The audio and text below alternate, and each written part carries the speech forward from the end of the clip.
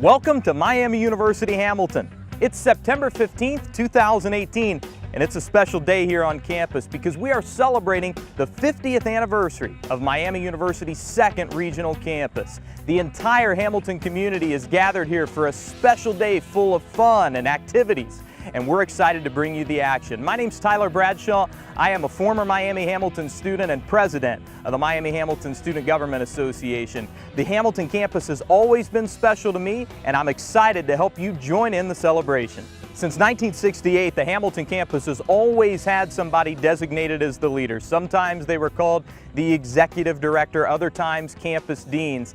Those individuals, 5 of them from the leadership history of Miami Hamilton, have gathered here today for a question and answer session with Dr. Kurt Ellison regarding the history of the campus and their wishes for the future.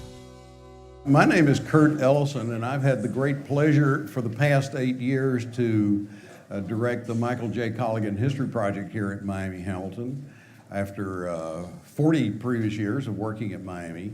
And I must say the culture of this campus has been a wonderful blessing to me during the time I've been here. And so I'm really delighted to be here with you, those of you in the community who came today, and with this fine group of people on stage. And I'm going to begin by just telling you who's up here, okay?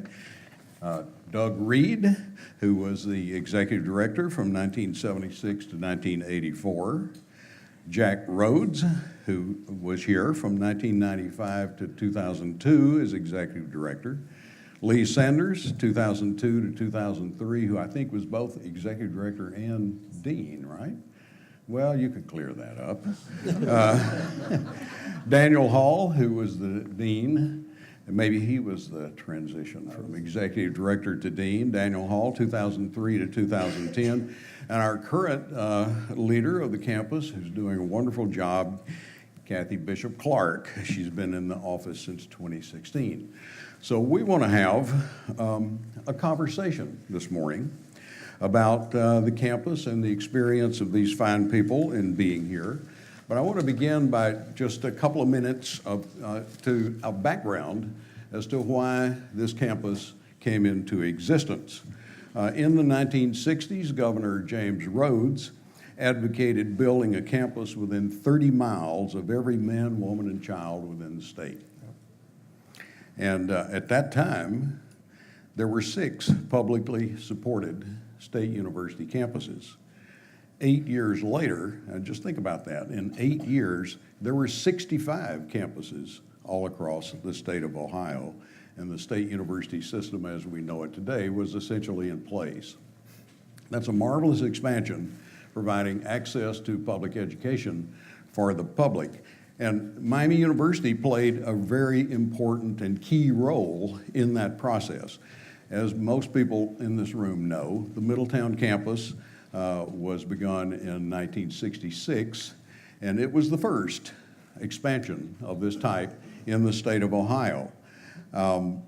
Now, Hamilton began 2 years later, but extension classes for Miami go back to 1914 when we were teaching all across southern Ohio. In 1955, there were centers in Dayton, Hamilton, Middletown, Norwood, and Piqua, and about 5,000 students enrolled in continuing education classes under the leadership of Earl Theskin.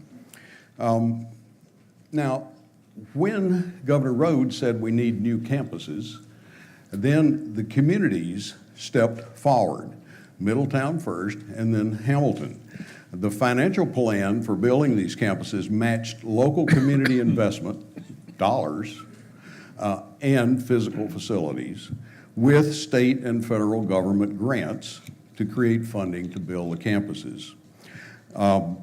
This campus raised $1.8 million in state bonds, $1.6 million in the community, in a committee led by Peter Rentschler.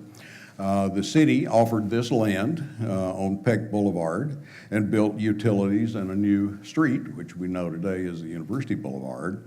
And so this campus opened in September of 1968. Now we have a short clip of the first Executive Director, Bernie Phelps, and he's going to talk for just a few minutes about early days on the campus. So let's give our attention to the screen. I'm Kurt Ellison. This is the Miami Stories Oral History Project, and we're in Oxford, Ohio on May 28, 2008, and we're at the home of Bernard Phelps.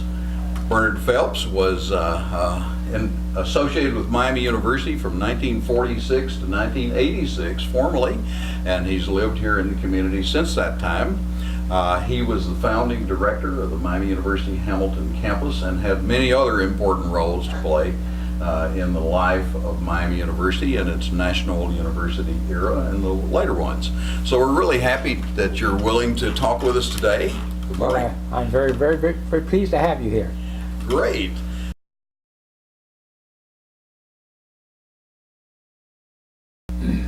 The idea of making a permanent campus in Hamilton was one, of course, that the community wanted to have as well, and they looked forward to it. And so when you want to do something like that, the state doesn't necessarily make it easy for you. Hamilton had to raise money. It was a matching program, as I understand it. Hamilton was supposed to raise, I think, $1 million. I won't say that for sure, but the fellow that headed that up was Pete Rentschler, and fine man. And I think my understanding is, I don't know this for sure, but they were supposed to raise $1 million. Yeah, I think that's what we have. Is it? About maybe a little bit more than that. Well, Pete got more than that. What was his role in Hamilton? He headed up that committee that was to raise the money. He had a role in community, though, right? Oh yeah. He was president. What was he with the Foundry? Oh yeah, he had the Foundry there. Hamilton Foundry. He was the one that was head of that, and his son then they took it over from him. Okay. But I can't say enough really marvelous things about Pete Rentschler.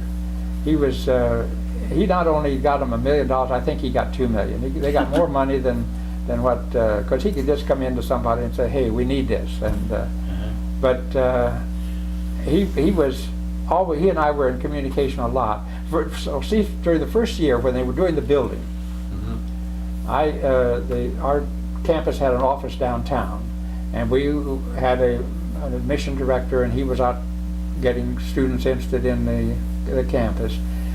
And at the same time, while the building was taking place, and so I got to know Pete pretty well, and we'd go to lunch sometimes. He would talk about this, that, or the other thing. So I really got to know him very, very well. But we had a lot of the students then who were just hearing about the Hamilton campus, and we were building a student body. But Pete was a fellow that was always just very encouraging and was always available to me. We had lunch, I guess, about once a month all the time I was down there. He recruited the Mosler Safe Company to donate funds, I believe, as well. Oh yeah. And probably other members of the business community in Hamilton. Is that correct? Oh yes, yeah. He was a real go-getter. So this is a phenomenon where the business community in Hamilton really wanted to see this campus built. Yes, I mean, that was the whole idea. One of the ideas about the regional campus was that it had to be wanted by the community in which it was going to be located. Right. And the state was not going to put out all the money for the building, but the community was supposed to help out a lot. And the city of Hamilton also made a contribution. Did they come up with land oh yeah, for a nominal fee of like $300 or something? Something like that. Yeah, it was. Well, it was, I don't know whether you know too much about where they put the campus. Tell us about that. How was the site chosen? Well, I'm not certain about that because I was not in on that. It was Okay. I was not involved. But the landfill area, it's called natural fill because when the river would flood, it would come over in that direction. But This is they right also along used, the Miami River. Yeah, they were along the Miami River, and then there was also it was used as a disposal. Waste disposal. Waste area disposal, and by the city. Right. And it was an area that had not really been developed much. There were a few little old houses down in there, but not that much. And so it it was not necessarily an ideal place. Now, the Champion Paper and Fiber Company had built their headquarters down there, Right. but they had had to go through the business of, I guess, putting down pilings that would make the building be safe and secure there. But it was still a place that was available.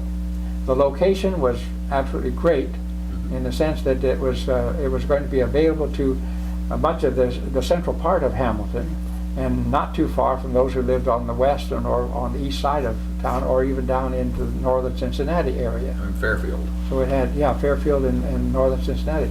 So that it was in a good place to do the job. So I'm glad they chose it. It was a good. Now, was the physical campus built before you were appointed?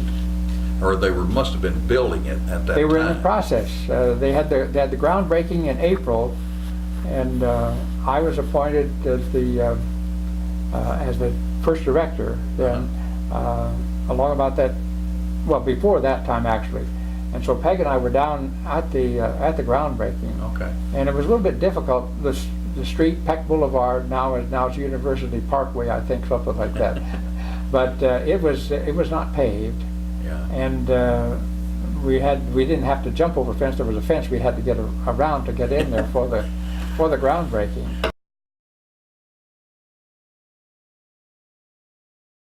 The big reason I was interested in it was through Earl Theskin, because he suggested that I apply.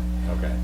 But it also was all the years that I had been teaching extension classes and enjoying those. I don't mean I didn't enjoy the classes on the central campus, but this was sort of a different kind of thing. And a couple of things were also kind of tipped the scale too. Was I taught a couple of classes in Hamilton and one in Middletown to students who were in the Diploma School of Nursing program that they had both at the Middletown Hospital and at Mercy Hospital in Cincinnati.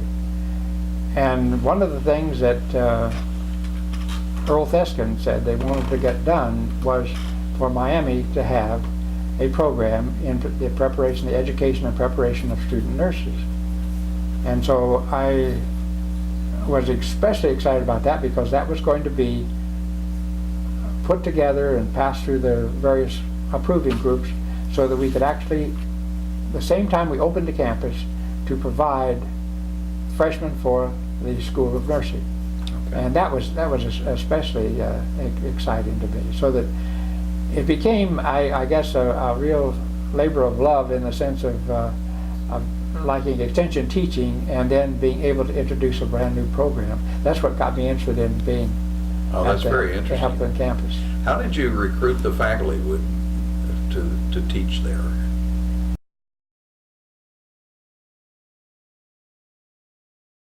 Well, we did the same as they always do at Miami. We went through the departments. Okay.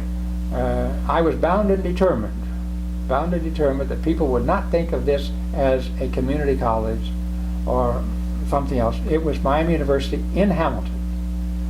And so we worked with the departments. They were the ones then who advertised for people to apply for jobs, and so I worked with the chairman of the various departments in order to get the faculty hired for the Hamilton campus. And how do you think that worked out for you? Does that work well?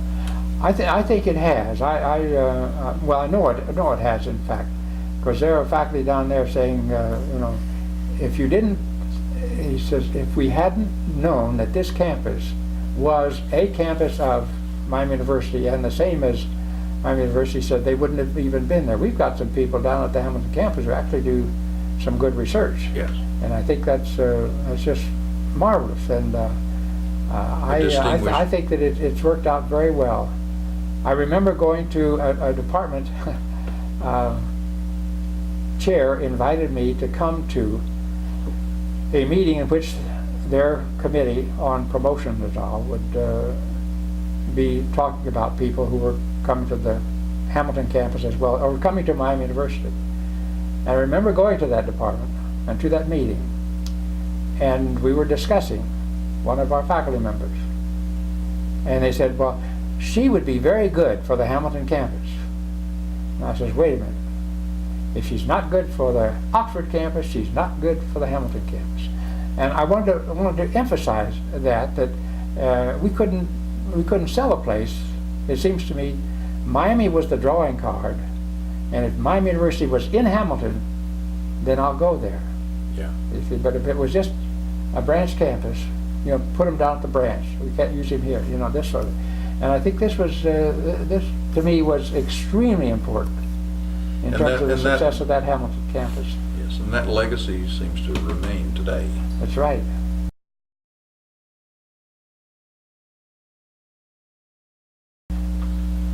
Well, we had an office downtown, and in what was there was an old hotel there. We had an office there, and people could come, you know, stop in, get information, that kind of thing.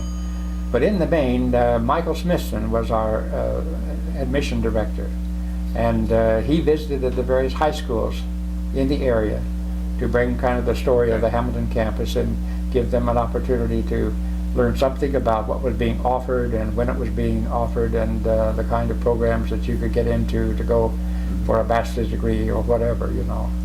And so the students in the high schools then, if they were interested, would be filling out their application forms. And then we'd usually try to find some way to bring them. This was not when we opened up, because we didn't have a place to bring them. We had to do everything in the high school. But later on, when we did have the campus was open, you could bring students to the campus for a time of introduction to various programs that were available, and they could get a tour of the campus later on. But initially, Mike Smithson was the one who was visiting the various high schools, and I think they still do a lot of that. And that was effective? You met your enrollment targets? Or? Oh yeah. I think the first year was you didn't know exactly for sure where we were, because we had the problem with the with the buildings not being completed and us only having to get into one. But no, I think they knew Miami. They knew Miami University, and when you mentioned an opportunity to get Miami University in Hamilton, that was very helpful to an awful lot of people who, some of them may have had families and that sort of thing, so that there was not an opportunity for them to come to the Oxford campus, even commuting, you see. Right.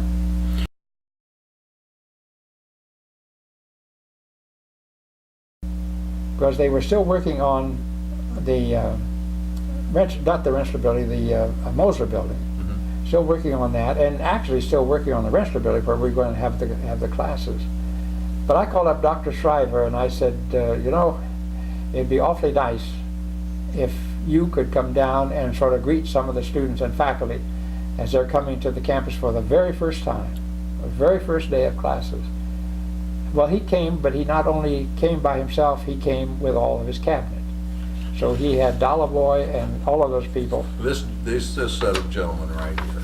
Yes, he had those, and This would be.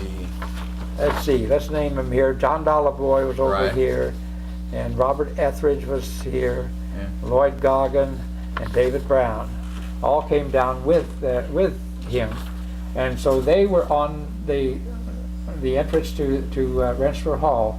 They were there, and when the students and as well as faculty came in, well, they could be greeted by them, and I think it really made the day. It just was I was real tickled about that. That's marvelous.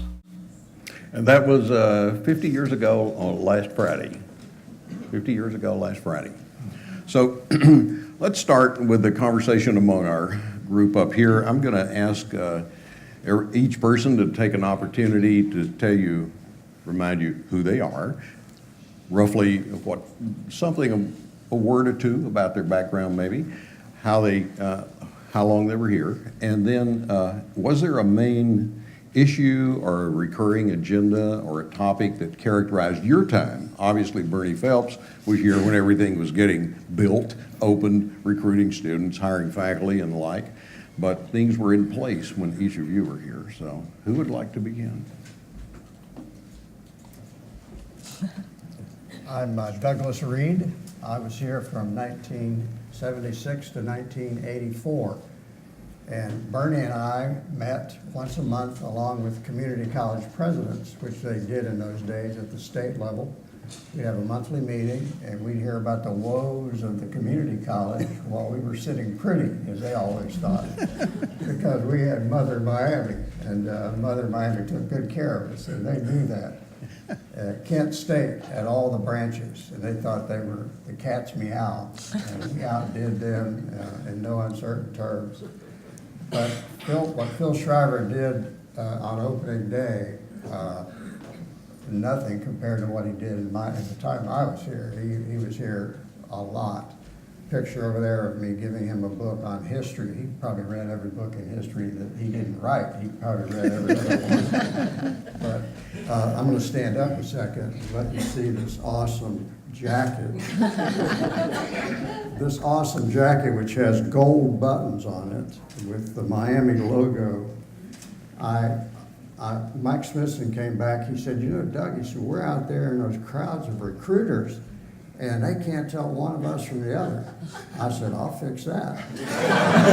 So I said to Lloyd Goggin, "Mr. Goggin, could I have some money to buy some jackets?" He said, "Of course not. That's not necessary. That's a fad. It's just ridiculous." I said, "Thank you very much." And I said, "Do I have a discretionary account at the campus?" He said, "Who told you about that?" Bernie.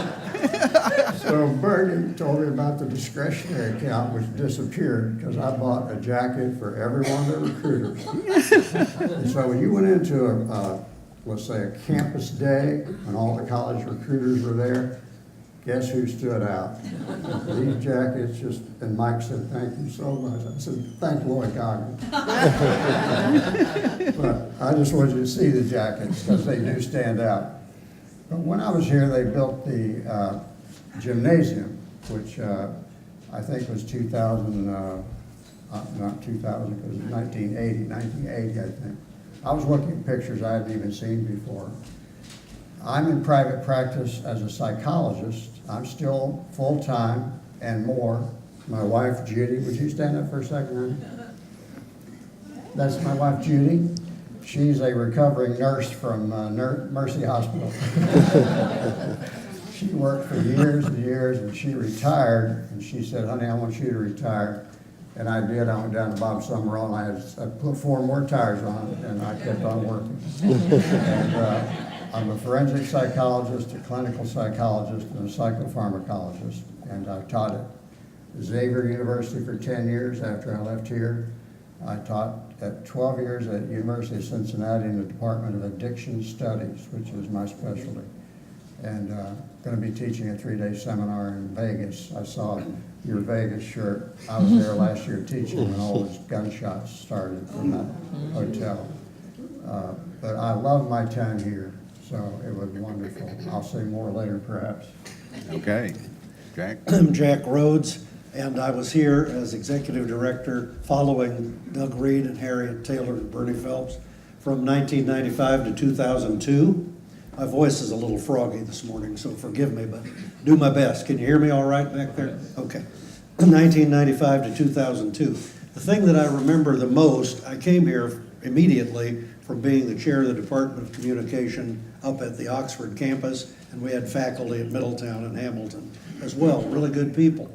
The thing I remember the most was that first to start with, that Provost Hopkins and President Risser at the time gave me a charge that the campus become really good neighbors with its neighbors. And one of those charges seemed to me, and I'm proudest of that, I think, to be diversity, to start the multicultural center and to get going with a diverse program. This has been a wonderful campus, but I think perhaps that was a perceived need. I'm glad we did that. Very proud of that, very pleased to see that that has continued, and Glenda and I always look toward the events going on here that help promote diversity. Having said that, first and foremost, there are other things I think at that time.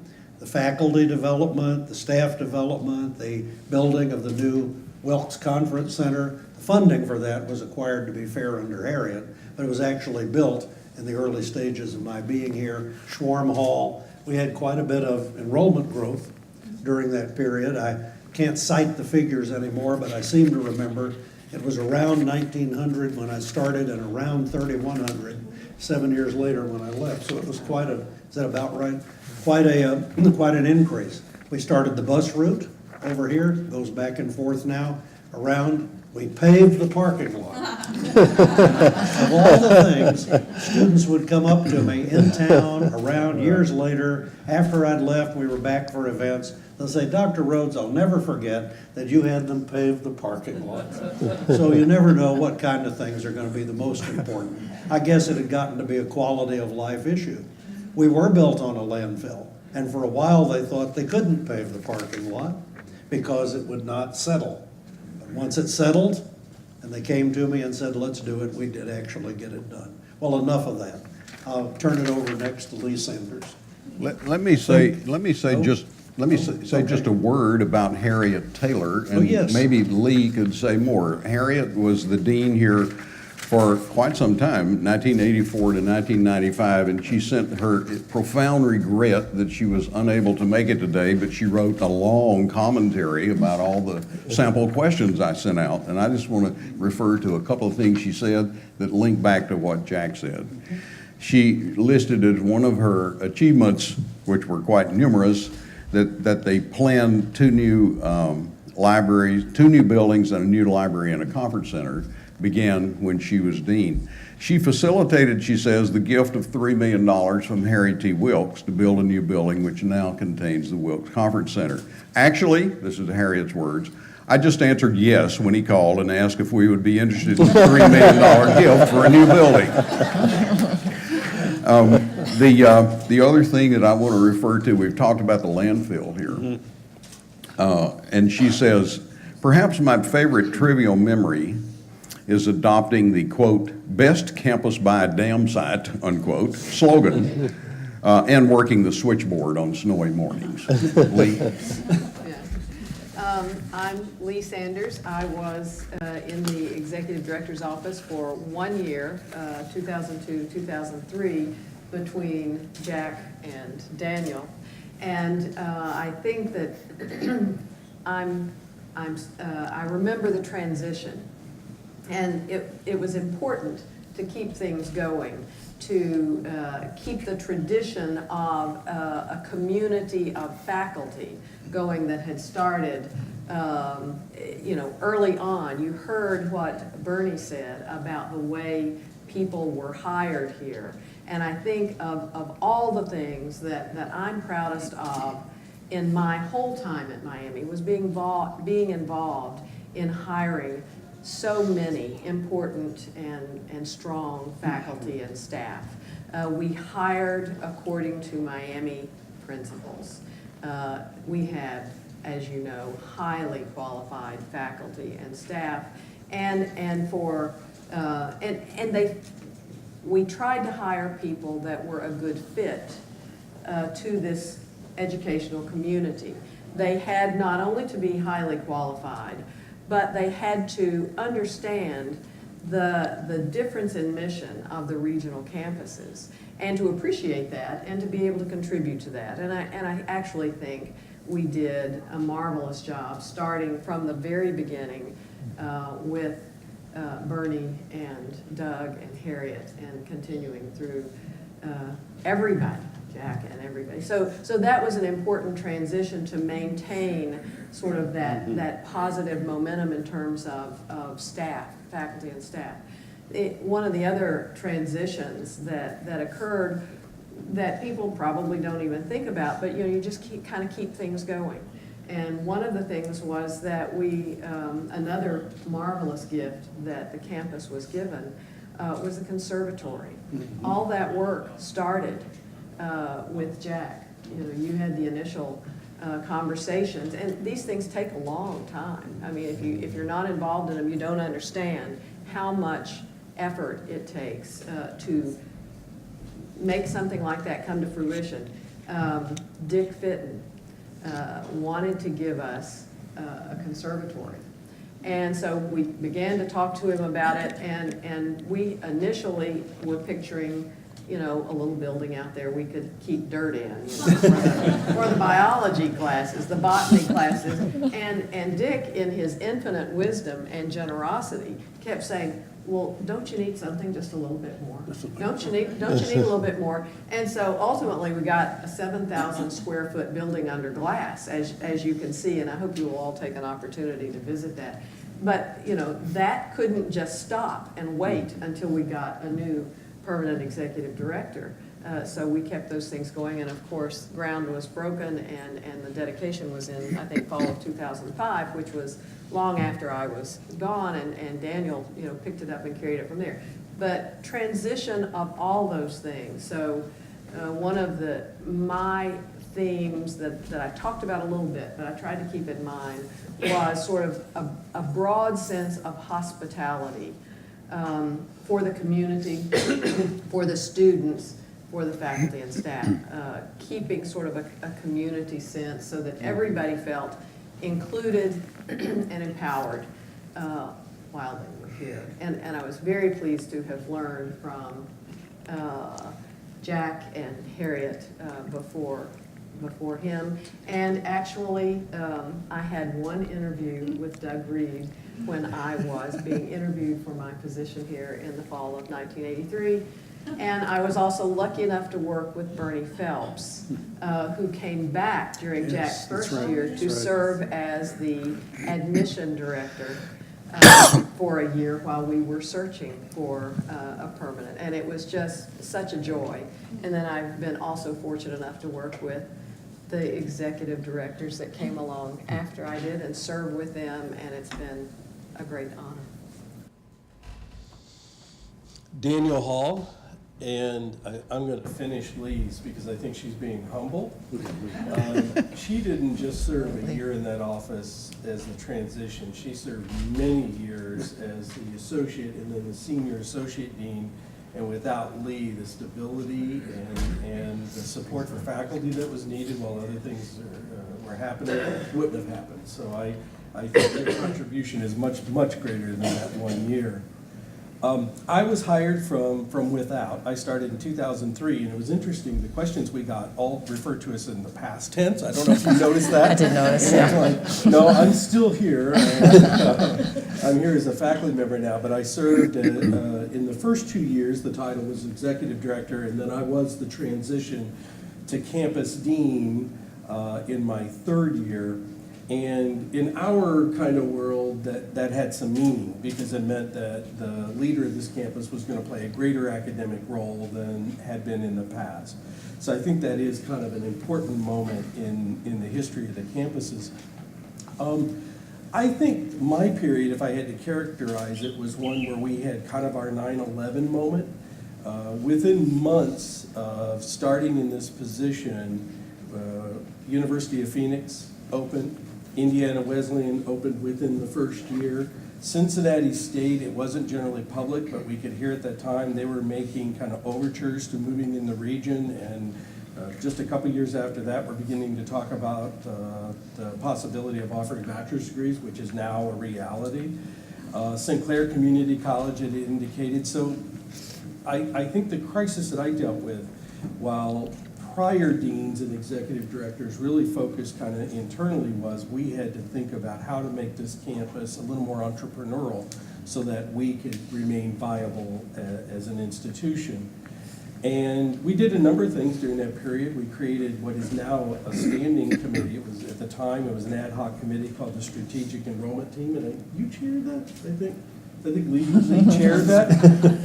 It turned out we just brought a bunch of people together on the campus, didn't hire anyone new. We just said, okay, we modeled out, and Chris Cannell, who's chairing today's event and who's in the back, I asked him model out financially because we did suffer an enrollment dip. I think it was my second year right after a couple of these institutions began to advertise in the area, and we just modeled it out.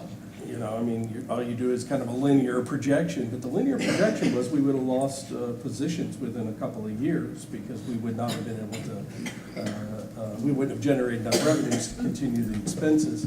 So we did a number of things. One was we advocated, at that point, the campus was largely a lower division. So while not a community college, we behaved like a community college. Almost everything that was offered was at the freshman and sophomore level. We had a couple bachelor's degrees, but almost everything was lower level. So given that the community colleges were very interested in moving in the area and what used to be known as the service regions, everybody remembers that? The service regions kind of said, okay, this is yours, stay out of it, and the Board of Regents used to enforce that. Well, that was quickly falling away, where it was becoming an open market for anybody around the state. So we kind of made the decision we needed really to offer more bachelor's degrees to remain competitive. That's what we needed. So we began that initiative. That was very slow, and it would end up before Mike and Kathy before that would get fully launched. But we did get the Bachelor of Integrative Studies, which was not easy to do, but we got that approved, and that was intended.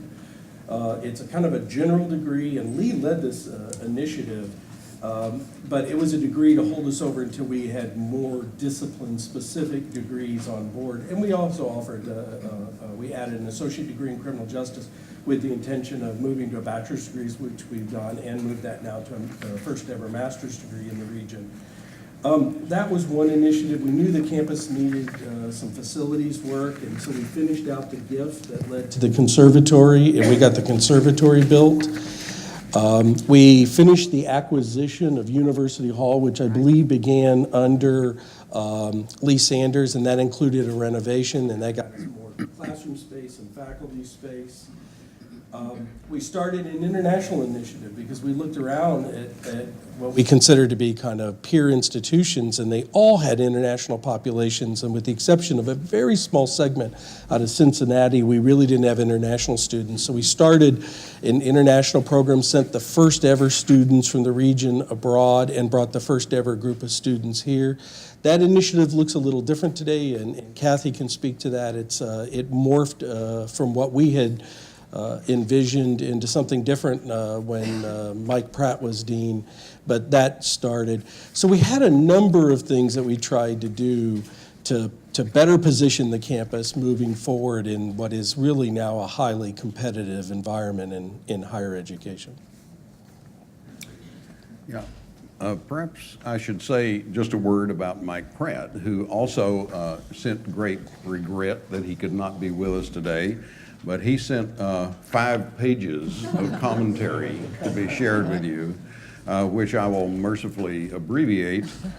I think what Daniel's speaking about, the challenge of competition, led to a lot of thinking about where the regional campuses need to be for the future. And by the time Mike was hired, a decision had been made to create a single regional campus structure with a college. There was pressure from the Ohio Board of Regents, and I'm paraphrasing what Mike emphasized, to add bachelor degrees at the regional campuses. There was, he talks about this at length, but I'll spare you that. There was some resistance in Oxford to adding bachelor's degrees. Maybe our parties here want to speak to that, but that was worked through. There are quite a number of bachelor's degrees now, and I think Kathy will probably speak to that. What he wanted to underline was that in this problematic transition, which involved changing the cultures of different campuses into a single unitary culture, the Citizens Advisory Board, the Hamilton and Middletown mayors, the local representatives, area business leaders, all, and I'm quoting here, stepped up and brought their support for keeping us integrated with Miami University, and I'm grateful to all of them. So Kathy, why don't you tell us about... Good morning, everyone. My name's Kathy Bishop Clark. I have been with Miami for 30 years. I'm starting my 30th year. All of those years have been at the regional campuses, and I've worked as interim dean and now dean of the regional campuses. And let me first say, I am humbled to be sitting up here with all of these people. I'm into a term that's really, I'm into my 3rd year, but my 1st year is non-interim. I hope that I can accomplish a fragment of what what these guys and Lee, these guys and Lee have accomplished. And I think as we went through this, it became clear to me that the work that I do has really built off the work that that all of you have done. We have come to a period where we are offering very soon 18 bachelor's degrees. That's 18 bachelor's degrees that you can start right here at Miami Regionals and finish at Miami Regionals, never having to go to Oxford. We didn't get that done in 3 years, right? The groundwork was, first the foundation was laid, and then we got a bachelor's of integrative studies, and then we had the environment right in which we could go forward quickly with a whole lot of degrees. So I think one of the things that we've done in the last several years is really get those bachelor's degrees through the system. It seems like it's easy enough to create a bachelor's degree. How hard can it be, right? But it's actually, with all the state requirements and university requirements, it's not a real quick thing. So that's, I think, one of the major accomplishments. And I will admit, I'm looking forward far more than I'm looking back. I see our campuses moving in a direction of even more bachelor's degrees. I see us moving in a direction where we maybe begin to use the word centralize or hub certain areas, such as nursing and engineering technology. That is maybe shifting all students taking all classes for any major on any regional campus. But then when they get to their later years, junior and senior, we centralize some of the high-tech technology, like nursing, those sim people, sim men, sim women, they're very expensive. Okay, so rather than duplicating labs, have a centralized lab. Nursing has been at the hallmark since the beginning of Miami regional campuses. Its track has been kind of interesting. Sometimes it's been in Oxford, sometimes it's always been at the regionals, but sometimes we offered some at Oxford, and then come back to the regionals. We did all at the regionals, and we do a little bit again at Oxford, and then they decided they didn't want. So we went back and forth with nursing. Nursing today, we are starting, we continue to serve 80 students, 80 regional campus students a year. We bring in 80. That will remain, but in addition, this year, we admitted our first cohort of students at the Oxford campus, in which we, the regional campuses, will go to Oxford and teach those courses and deliver that degree. So it's kind of a different model in the past. In the past, we've had, at certain times, education coming out to the regionals to offer that degree. We are offering it in Oxford. So a little different model. I think some of the challenges that were mentioned, I can't remember who said, I think Jack talked about his enrollment growth. Boy, would I like to be Jack. We have been struggling with enrollment for several years now, really since the recession. We've continued to see a slight decline in enrollment, and that's probably the most important thing that we need to do, is we need to turn enrollments around and start seeing a very steady and consistent incline. So I will stop there and add more perhaps later. I don't think Kathy, am I working? Yeah. I don't think Kathy was turned off. I think. Kurt, can I add real quickly? Yes, please. So the period, there was a reference in Mike's remarks to the resistance in Oxford, and that's true that this culture change was very difficult for the institution. So there was considerable resistance, not just to new degrees, but frankly, everything. At least that was my experience. But I do want to say, to be fair, it wasn't just resistance there. We had a lot of internal resistance. There were faculty who said, we don't need to offer bachelor's degrees. We don't need to have international students. During our period, we also opened the Center for Civic Engagement in the downtown center, and I was surprised at the level of resistance internally to that. I don't hear that today. I think we've come a long way in terms of kind of either just dealing with or accepting that this is the right direction. But I don't want to lay that resistance just at the door of Oxford, because it was culture change for everyone. That is a good thought to keep in your minds. We're going to take a 5-minute break to accommodate the opportunity for those who need to go to the restroom or get more coffee. But we're coming back here for another 40 minutes, and we're going to open up to the audience as well as to the group the opportunity for questions, comments, and I hope you will return or not leave. What I would invite you to do this time around is if someone in the audience wishes to ask a question or make a comment, we would be delighted to hear it. If it's easy. Especially, Doug says, if it's easy. And Sheila, who is a marvelous support person here and has a microphone that she will bring to you. All you have to do is raise your hand and we will pass the microphone to you. Hold it like this so you speak into it, okay? And we'll take that opportunity in this part of the program. And to that point, I want to introduce someone. Is she here? Judy Reed. Right here, this lady, Judy Reed Clamo. Did I pronounce that correctly?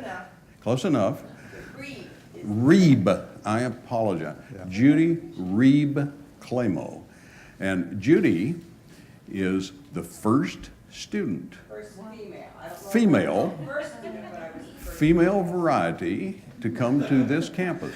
Would you like to say anything to the group? Just wanted to say a few words because Dr. Phelps and Mike Smithson were wonderful. They really did a great job for that first year, especially because this place was really not finished. We'd sit in class over there. They put up makeshift classrooms because that was not supposed to be a classroom building. And painters would come in and just paint the walls while we were having class. And we'd just sit there and look at them, and then we'd go back and listen to the professor. But it was a wonderful, wonderful campus. I mean, even though it wasn't finished right away, we really, I mean, people from all kinds of rival high schools came here and became friends. Two of my roommates who ended up being college roommates up at Oxford, one of them was from a high school that I would have not spoken to.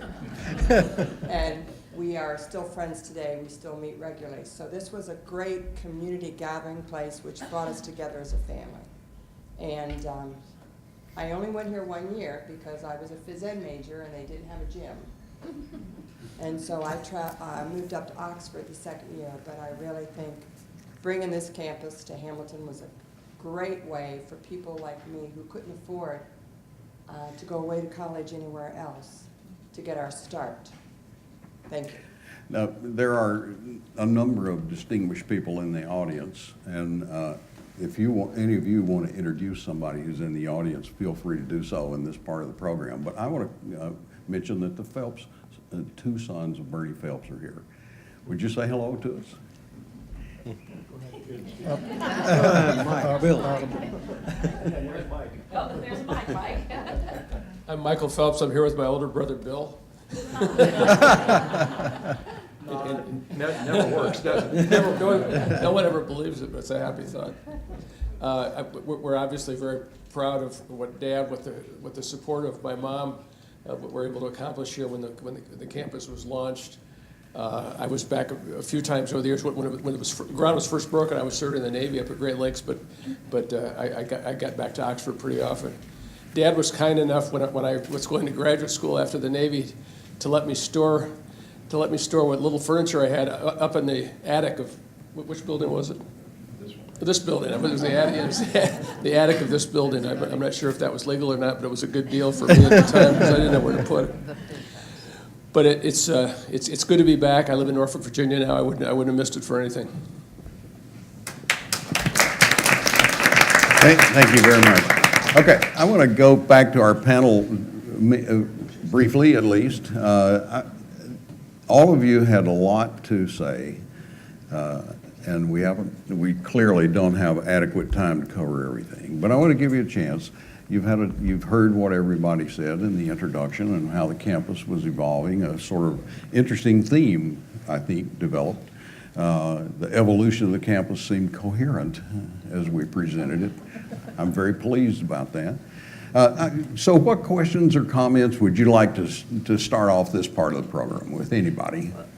I want to make one addition on Harriet's behalf, because something really important happened there that I think affected everything else that happened.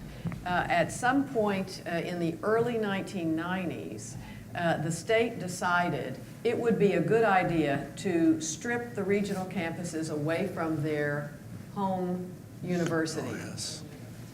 And of course, none of the directors, leaders of the regional campuses, because there was still a regional campus organization at that point, thought that was a good idea.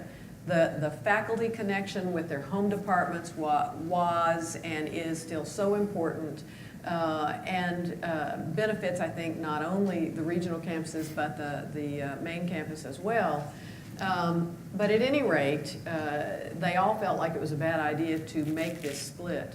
And Harriet is the person who led the charge in the state, a great letter writing campaign and lobbying effort with the legislators in order to help the regional campuses stay connected to their home university and become and remain part of that. You know, we talk to our students about you're not transferring to Oxford, you're relocating to Oxford. You're already part of Miami University. You're just now going to officially say, okay, I'm going to take classes in Oxford. Yeah. And those students can do the same in the other direction. But I think that was a key moment in history. And without Harriet's efforts and those of the other regional campus deans, directors, and so forth, we might be a totally different kind of institution today. That's interesting. I'll speak to that if I may. In fact, that's what happened in Virginia. When I went to Virginia, I got my doctorate at Maryland, so I was watching closely what was going on in Virginia. And what they did is they abolished every branch campus of the University of Virginia and every branch campus of Virginia Technology, VPI as they call it, abolished them all and made community colleges, 30 of them, 30 campuses within 2 years. 1968, they all opened up. And they got rid of all the branches. They were no longer branches. They were not part of VPI. They were not part of UVA. So here we had faculty that we embraced as a community college. We had welding and we had archaeology being taught at the same campus. And we said, well, how do we teach, how do we get somebody promoted to full professor of welding?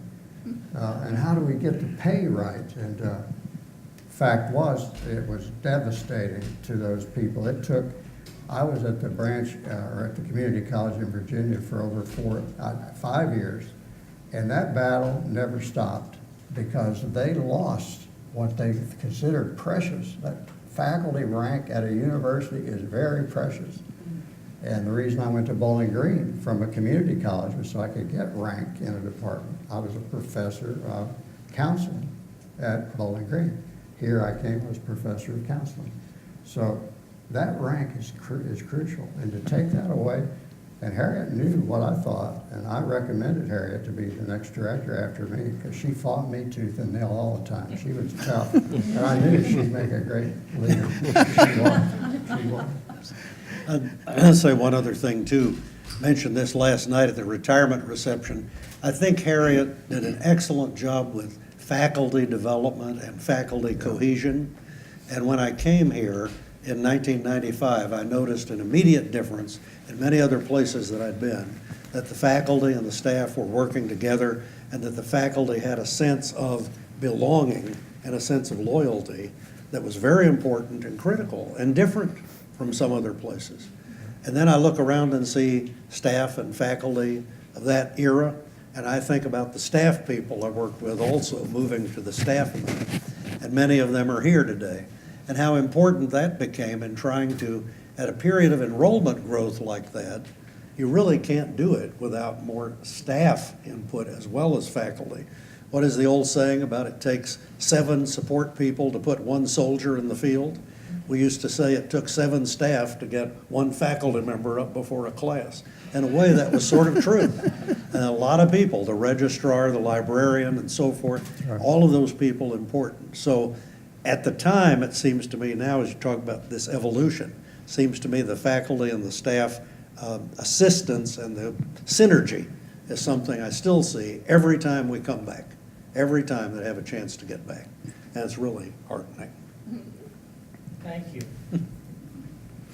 All right, we have a question from the audience here, or a comment. Not a question.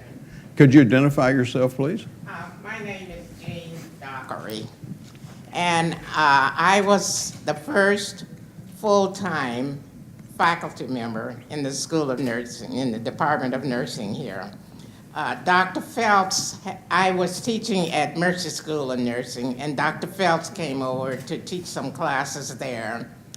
And so I knew him, and Ruth Ann Basal was the director of the School of Nursing at Mercy. I was the assistant director. So when this campus started, the 2 of them, along with Sister McCreener, who was the director at Mercy, sort of prepared me for going into this new venture of associate degree programs. Sister McCreener had sent me to various conferences that the NLN was given by that. So I came here as the first full-time faculty in January of 1968. You were on trimesters then. Yeah. And I came here as the first full-time faculty. And I remember I started because of the way that nursing was set up, we couldn't devote like a whole trimester to certain areas in the nursing curriculum. And they asked me, I taught med surg, I assisted, because we had a half-time person who did the psychiatric nursing, with Fort Hamilton, where students went for observation. So I assisted there just in the clinical area. I was developing the curriculum while teaching it, because in order to get all of the material we needed, we had to integrate maternity nursing with pediatric nursing. So that meant developing a course which could integrate these, which previously had been single courses. And we also had 16 students in that first class.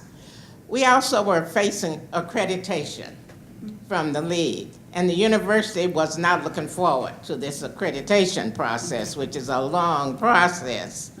So we were dealing with that also, and we were told that, well, okay, it was fine to have it, but do not expect all of your students to pass state board the first time. This was not unusual with the beginning of programs. Well, I was teaching the med surg course. I also taught the maternal child health course, and that was 4 of the testing areas of the state board. But every single student in our first class passed the state board. It was not because of me, but it was because of the support and all.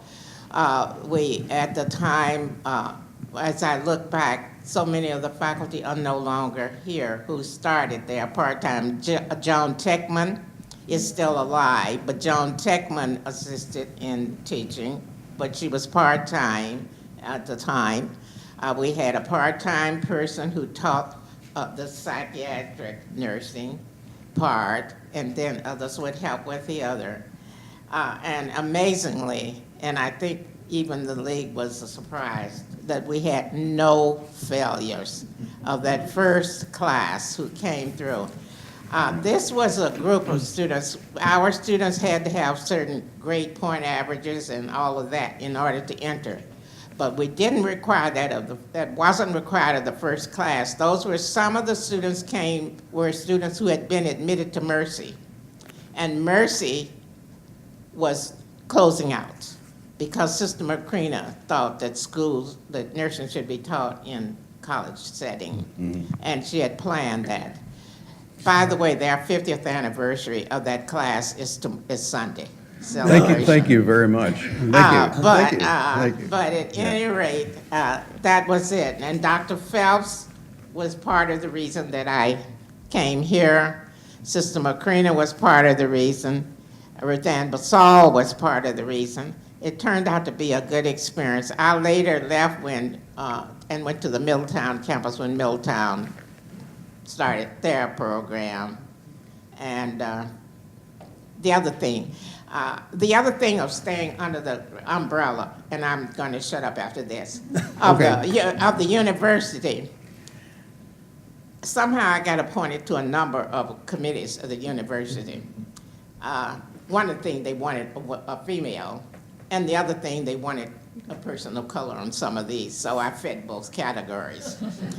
But I remember being on, as a matter of fact, I was the chair of the All-University New Course and Curriculum Committee for a year.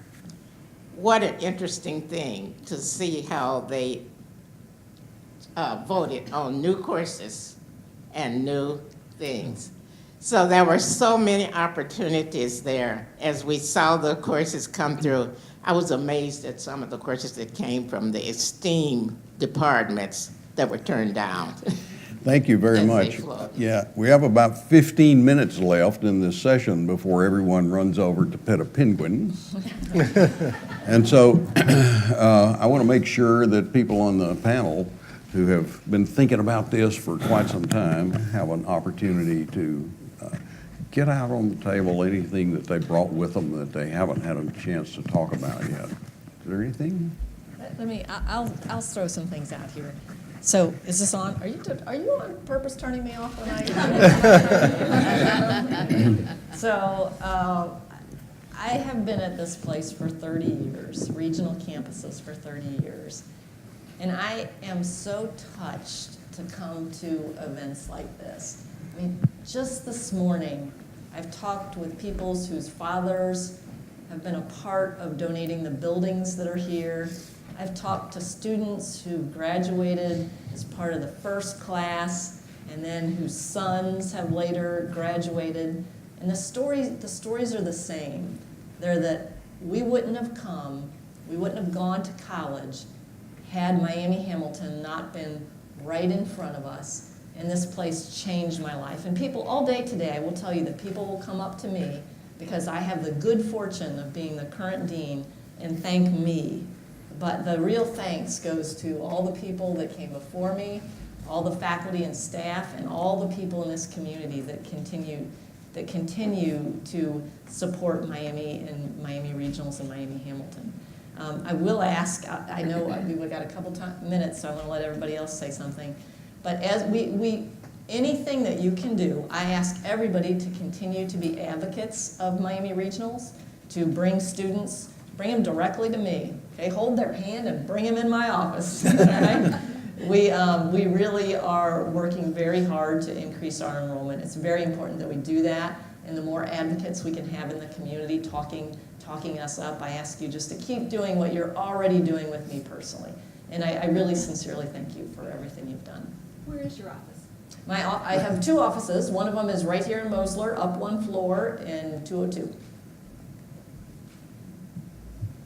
Anybody else on the panel have some observations? There was something that happened frequently in the early years, and I know Bernie faced it, the transfer of credits. When we opened up the technology programs, and one of the things that we did early was to get the applied courses, which is what Associate of Applied Science degrees are all about. The applied sciences were not considered theoretically based. So in the business school particularly, for them to be accredited, anybody coming in had to have a certain base in theoretical business, economics, accounting, all of that. So they were having a hard time keeping their accreditation, or at least the dean of the School of Business always sold me on that. that they couldn't keep their accreditation as an accredited business school if they took transfer students who did not have a theoretical base in accounting and economics and finance. So we fought and fought and fought to get all those credits transferable. So we would take a business student who graduated from another community college and take them in as a junior at Oxford. But our students couldn't. And we fought, and it finally worked out. And it's just one more time that we had a battle about transferability of credits. Are we as good as? And there's no doubt this branch, this campus is as good as Oxford because they are Oxford. They are back and forth, or as I call it, tooth and froth. we had our battles, but we're equal. It's quality, both places. I'll add, I think Dr. Ellison referred to the original mission of the campus, and Jim Blunt had written about this in the early years, like this is the reason that we're here, and it emphasized this kind of big picture mission that we really are here for the improvement of these communities that we serve. And I think after 50 years, we can say that we're still doing that. And the communities have been so much a part of the campus from the beginning. And I'll give you an anecdote. Dr. Shriver, of course, who was the president when both Middletown and Hamilton campuses were founded, told me a story once that there were 3 locations. So there was a reference to this earlier, like how did we end up on the dump site? How did this happen? He told me a story that there were 3 locations that were considered. One was the area now known as Joyce Park. Another was out on Route 4 around the Miami Woods across from where Butler Tech's office is currently, which in my mind, that would have made a lot of sense, particularly when you think about the relationship to the Middletown campus, maybe as one location, right, rather than 2 campuses so close together. But the third was this. And he told me the story that the mayor of Hamilton called him at one point and said, are you willing to come down here in the middle of all this? And he drove down, and he said, he took him to the site and said, this is important to the city to redevelop this space, and you can make it happen. And he said, done. Now, that tells you a couple things. We can't make decisions like that anymore, right? That's not possible. It would go on to social media and there'd be an outrage, right? There would be a mob somewhere, right? But I think from the beginning, because he heard from the community how important it would be to redevelop the site, that's why the decision was made. And I think that we still do that today. In a number of ways. We have faculty who are engaging in what we consider to be public scholarship, scholarship that is intended to take their disciplinary expertise into the field and study problems. And then just our presence here, of course, as well as what we do through our civic engagement office and through the downtown center. So I'm quite proud that we've remained kind of faithful to that. And I know that was really important to prior executive directors as well. Mm-hmm. Is there anyone in the audience who has a question you want to put to a person or the whole group of people here before the day is over? No questions? All your questions have been answered? Anybody in the room remember the debate about changing the name of the street out here from Peck Boulevard to University Boulevard? I called Dr. Shriver and I said, Phil, would that be a good idea? He said, oh, that'd be great. I think that'd be wonderful because Miami Middletown was University Boulevard. So I made a proposal and all hell broke loose. It was in the papers, it was fury, and it turns out the Peck family did not want to be embarrassed or insulted or thought less of. And what Phil Shriver taught me was, make sure you do your homework before you take any action that might upset anybody. And he was a master at that. And he figured I'd already done all that, which I didn't even have a clue about that. But everybody who came here in the first years often referred to this institution as Peck Tech. And we wanted to get rid of that. We wanted it to be Miami Hamilton. So And I think that finally got done when Daniel was here, didn't it? It did, and at the time, someone who's sitting right here, you know, when we proposed it, I remember a conversation was, you don't want to go there. Because it had failed a total actually of 3 times. It had been suggested, and I don't know if, Doug, it was during your time, but I was provided the journal news articles. And one of the attempts, it became such a row at the end of it, whoever, and I don't remember who it was, whoever was an executive director at the time promised to erect a bust of Peck on campus, which I don't think ever happened. But, you know, I was blessed with really good community support and leadership because there weren't really any Pecks left at the time, but the Fittens were related to the Peck. So I called Don Fitton, and of course we had this going on already. We were working on the conservatory. I won't use the language he used in this, but I called and I said, what would you think if Peck changed? And he said, well, why would I care about a name, you know, for someone who's been dead 100 years? He said, well, we want to look forward in the city of Hamilton, and university makes a lot more sense for that space. And so it was much easier for me than it had been for others in the past. Okay, so I want to thank all of you who've come today and everyone on the panel. We actually have about 5 minutes left, and I'm going to ask the panel a question that was not on your list. Okay. Uh-oh. Pop quiz?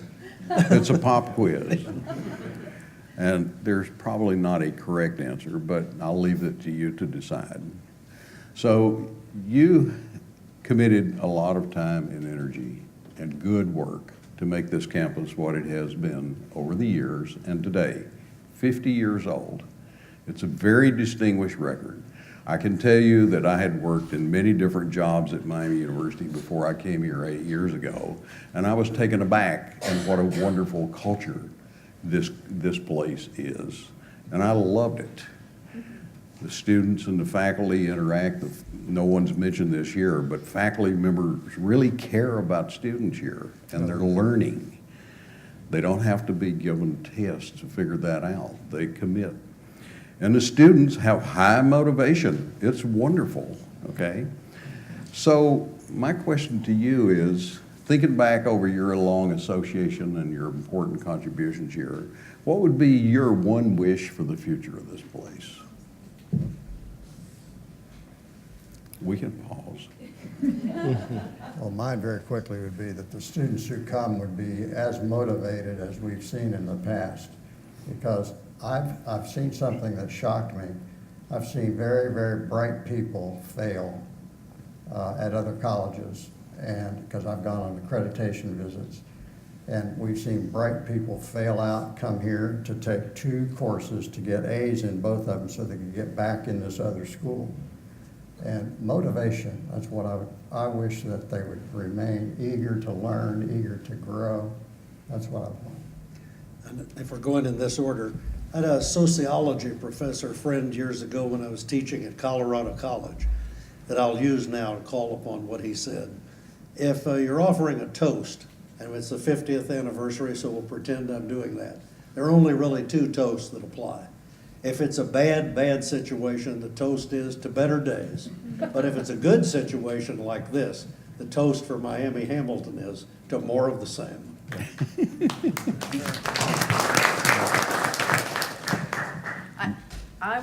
My wish for the Hamilton campus and really the regionals is that that sense of community, both for the faculty and staff and students, that sense of belonging and connection be fostered and nurtured, because I think that's what tends to be motivating for everybody, is they're in a place that they value, not just for the high quality of education, which of course is here, but also for the connections that they have made and that they will continue to make and maintain over a lifetime.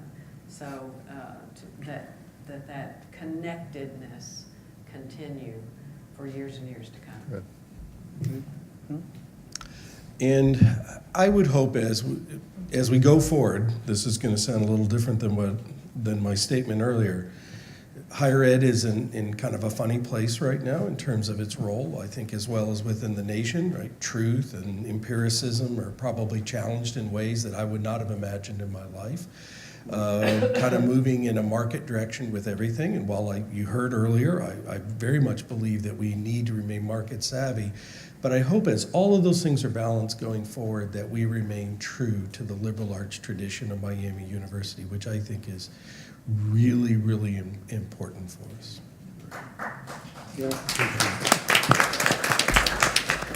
So when Kurt asked the question, what is your wish? I thought to myself, I'm not in a position of wishing, I'm in a position of making things happen.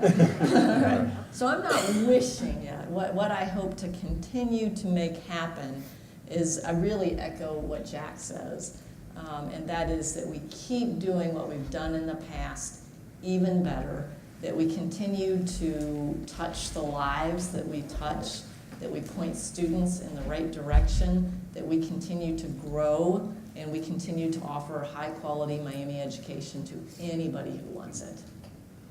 All right. Outstanding. All right. So the rest of the day today, we're going to celebrate 50 years in the life of this campus, and I hope you have a wonderful time. But to conclude this session, I hope all of us will express our appreciation to these fine people for 50 years of leadership for this campus.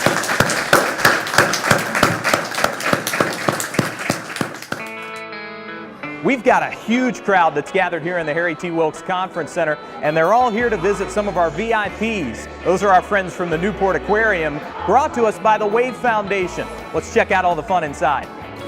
These guys are about 3 years old. They're not going to get any bigger than this. They'll live about 15 to 20 years in the wild. You guys want to touch her? You can. Oh, shit. It's not very ladylike. Miss Nagini. She don't want this to be seen on camera. Good job, you guys. If you guys want, just stand off to the side and we're going to talk a little about this. Also, the people that came in from the new group, just 2 fingers right down the back. We'll just do the touch real quick first. The back, we want to stay away from her wings and on top of her head.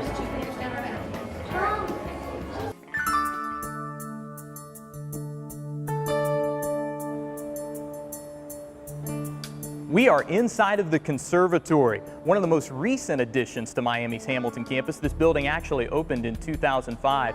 It is a 7,000 square foot facility donated by the Fitton family, and it is a facility unlike any other. Miami students have unprecedented opportunities to partner with botany faculty members for research projects and teaching activities. Today, at our 50th anniversary celebration, families and community members get a tour of the facility and all of the different rooms and get to see some of the most unique plant species that are housed here in the facility.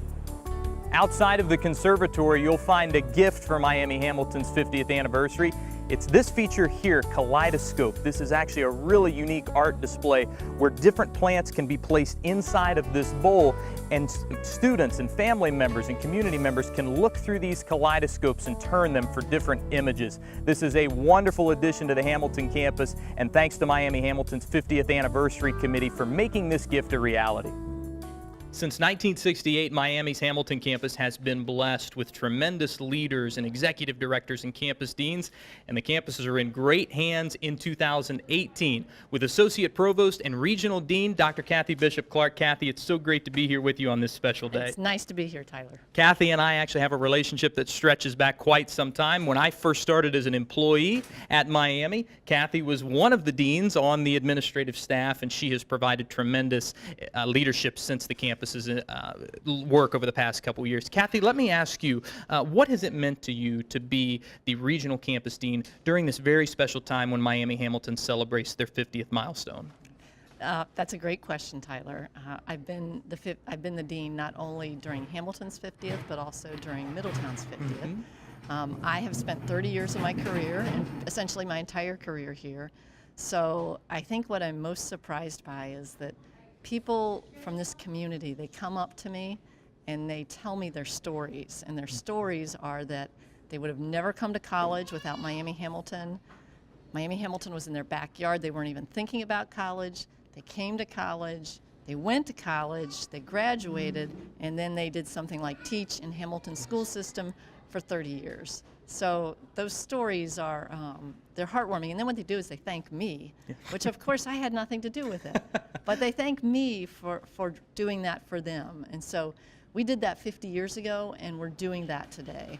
I mean, what Miami University regional campuses are about is they are about providing high quality Miami education at an affordable cost. Well, you do deserve some credit. I know you're humble, but you have done a great job of guiding the ship here over the past couple years at a very difficult time in higher education in general. I know as a student who went to the Hamilton campus, college was only a reality for me because this campus was here, and I'm always so thankful for that.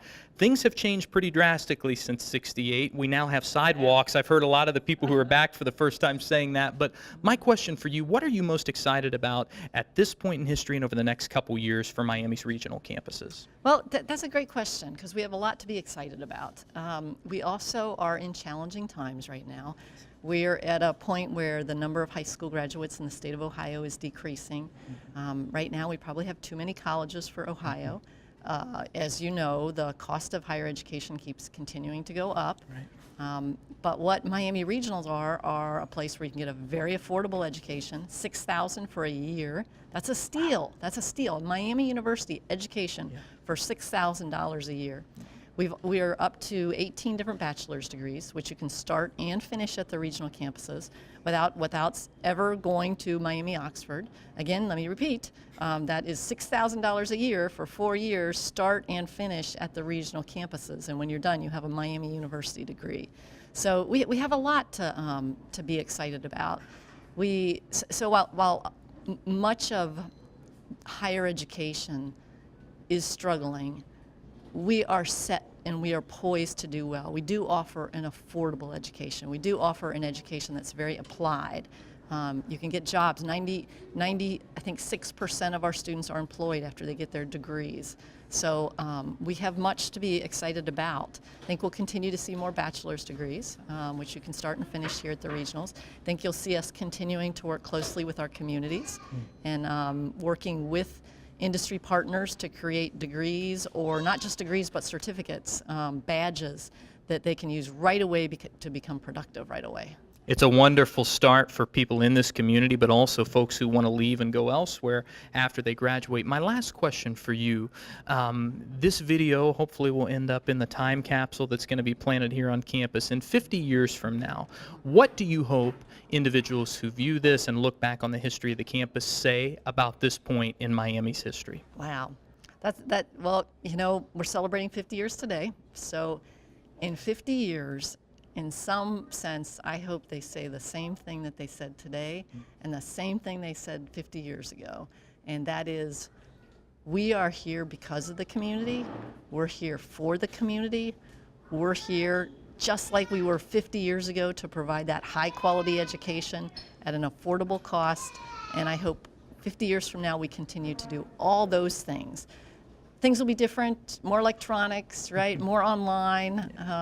I can't imagine, you know, I'm sure when they imagined this place 50 years ago, they weren't thinking homework assignments were going to be turned in on a cell phone. Right. But the fundamentals have stayed the same, and I think they'll stay the same. Well, on behalf of everybody in our community, I have no doubt that the campuses will be in great hands over these next 50 years, thanks to Dr. Kathy Bishop Clark. Kathy, thanks for joining us, and thanks for all you've done to make this celebration so successful. Thank you, Tyler. The Miami University Hamilton Harriers have had tremendous success over the past 50 years since athletics made their way onto this campus. The baseball team here at Miami Hamilton, for the past 20 years, they've won 19 of those championships. Softball, they've had tremendous success as well. And today, to celebrate that success all throughout our baseball and softball history, we've got a little bit of a home run derby going on. So let's see some of the players out there and see if they can get it over the fence.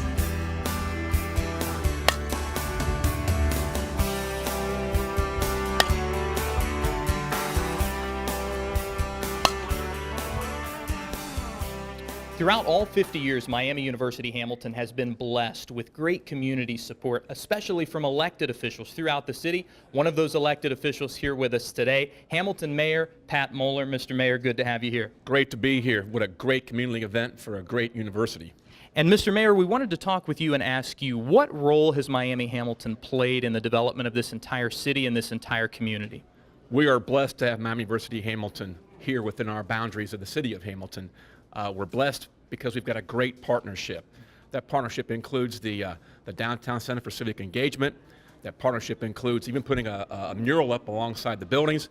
But because your students end up working in Hamilton-Butler County, they're getting a great affordable education here, and they become part of our workforce. So again, we're blessed to have Miami University Hamilton here, blessed for the students that come out of this program because they become great citizens of Hamilton, and a lot of them do join public service.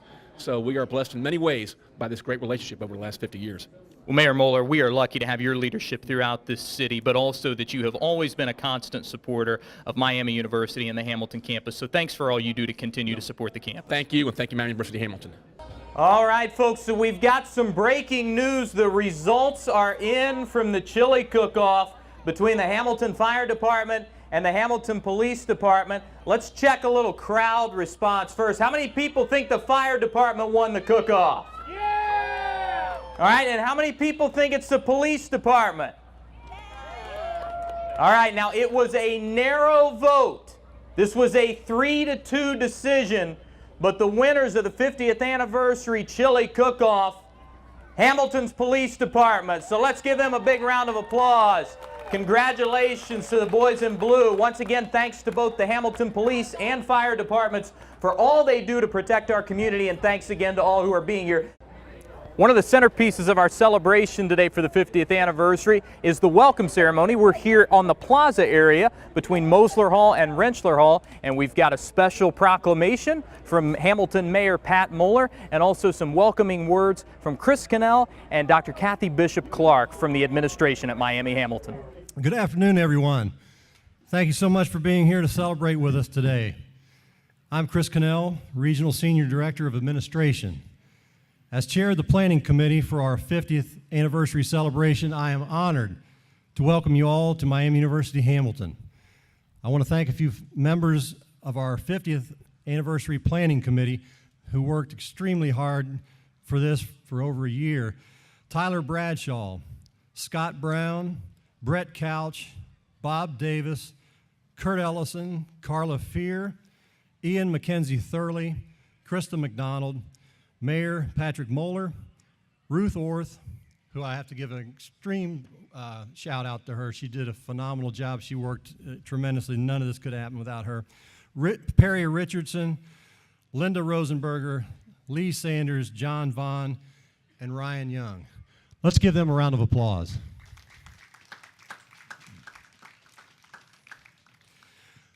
Our dean asked me to share my story, or actually she told me, you will share your story, of my experience with Miami Hamilton. So I'm honored to do that if you will permit me. I'm a lifelong 52-year resident of Hamilton. Miami Hamilton has long been a part of my life, beginning 45 years ago. At 7 years of age, I remember playing in what is now the Jack Rhodes Study, while my mom registered for her classes. From early on, I knew that Miami University was where I wanted to go to school. My freshman year, I had great experience living in Oxford. However, living only a few miles away, I decided I would give Miami Hamilton a try. My sophomore year, I fell in love with this campus. I loved the class sizes, the friendliness of the people, and the easy access to the professors. I remember shooting pool in Rentschler Hall in December of 1986, and in walked this beautiful young woman. I followed her to the library and struck up a conversation, and I asked her out on a date. 2 years later, Wendy and I became a Miami merger, more specifically a Miami Hamilton merger. 12 years after, I walked back into Miami Hamilton to interview for a job. Walking into Mosler Hall, I remember this feeling hitting me that I was coming home. Dr. Rhodes, who's here today, hired me, and I will be forever grateful to him. He opened the door to me to a career that gets me out of bed each morning looking forward to the day. I have now been with Miami for 18 years. My oldest son, David, is about to graduate in December. He spent his first 2 years here of study at Miami Hamilton playing baseball. My youngest son, Jackson, has just begun his college career here at Miami Hamilton last month. In the Jack Rhodes study, there's a portrait of Dr. Rhodes. There also happens to be a photo of my wife in a collage on the timeline wall. Every morning, I start my day walking through that study, giving a good morning nod to Dr. Rhodes and to my wife on the way to my office, and every morning, I look forward to the day. At this time, please join me in recognizing or in welcoming Dr. Kathy Bishop Clark, Dean of Miami Regionals and the College of Liberal Arts and Applied Sciences. Kathy.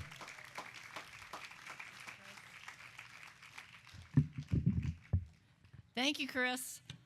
I'm pretty sure I asked Chris. I didn't tell Chris to tell a story. I'm pretty sure I asked. But what a great day. How exciting to see a great turnout. We have over 1,000 people that RSVP'd today. We, of course, ordered this weather. Couldn't be better. And I thank Chris and the committee for all of their planning. It's been a wonderful day, and it'll continue to be a wonderful day. So, like Chris, I have a story with Miami Regional Campuses.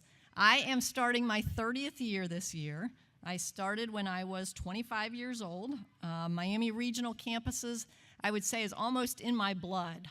My husband went back to school here and became a teacher after working in industry. He came to Miami Regionals.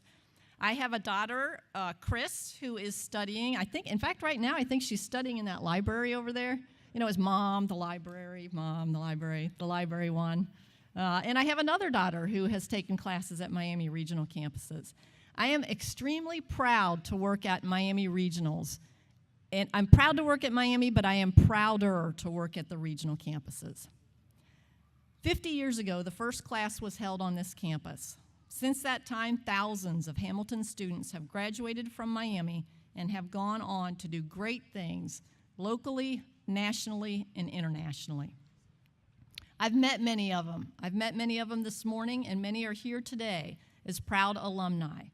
I could talk about them all day long, but there isn't time for that. It's a day of celebration. Today, with full support from Oxford Campus Administration, I am proud to say that we have an upgraded mission to provide more four-year bachelor's degrees grounded in liberal education at the regional campuses.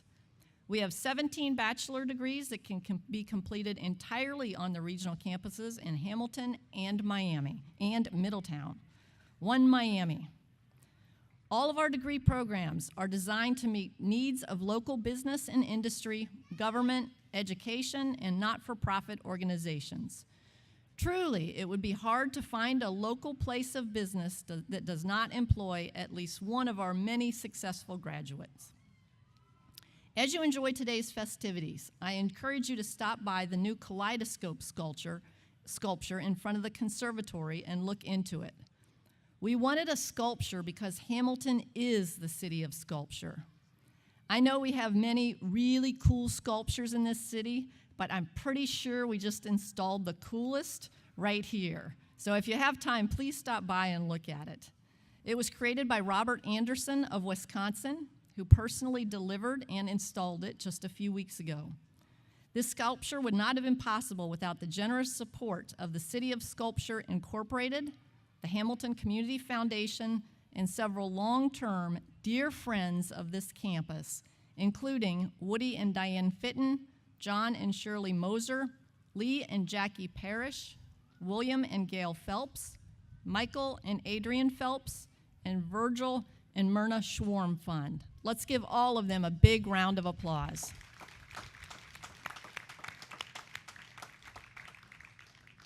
At this time, it is my distinct pleasure to introduce Hamilton Mayor Patrick Muller. Pat? Thank you. Well, good afternoon. Hamilton is blessed to have Miami University Hamilton within its city boundaries. I think Miami University Hamilton's blessed to have Chris Cannell and the dean be part of the administration here. And Hamilton's blessed to have this great weather today, which has turned into a great, great community-wide event with penguins. Well, congratulations, Miami University Hamilton, on 50 years of education, but also 50 years of a partnership with the city of Hamilton. Over those 50 years, we all know the school has built a strong academic framework, which includes associate degrees and bachelor's degrees, nursing, IT, business management, so many degrees. But MUH has also built a partnership with the city of Hamilton, which is like none that I've ever seen. And that includes a strong downtown presence of the Center for Civic Engagement, which before 5 and after 5 kind of keeps our downtown real vibrant with people of all ages enjoying that downtown center. But the partnership with Hamilton also includes being part of our Street Spark mural program. I'm sure many of you have seen the mural, the new mural which faces Neyland Boulevard along the riverfront. The partnership includes providing Hamilton and Butler County employers with an educated workforce who have earned well-respected degrees at an affordable price. The partnership also includes when administrators come off this campus, go downtown to our city building and join boards and commissions, such as the Tree Board, the Vision Commission, as well as the Public Utility Commission, and so many others. It's my honor on this great day, this great celebration, to give a proclamation to Chris and Dean. I'm going to give this proclamation to the both of you. And this goes into a lot more great details about this great partnership and relationship that Hamilton has with Miami University. Office of the Mayor, proclamation. Whereas Hamilton City Council and City Administration would like to recognize the 50th anniversary of Miami University Hamilton. And whereas the Hamilton campus of Miami University has provided the excellence of a Miami education to residents of Hamilton and its surrounding communities for 50 years.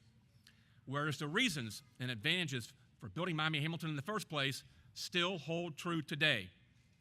Making college affordable for students from middle and lower income families. Eliminate the expense of room and board and other costs required when living on a campus. Reducing the time, expense, and inconvenience of commuting to Oxford. Local business and industry benefiting from increasing college trade men and women in our workforce. Local adults obtaining retraining and self-improvement programs in addition to working towards degrees. And a local campus would also offer evening classes for working adults.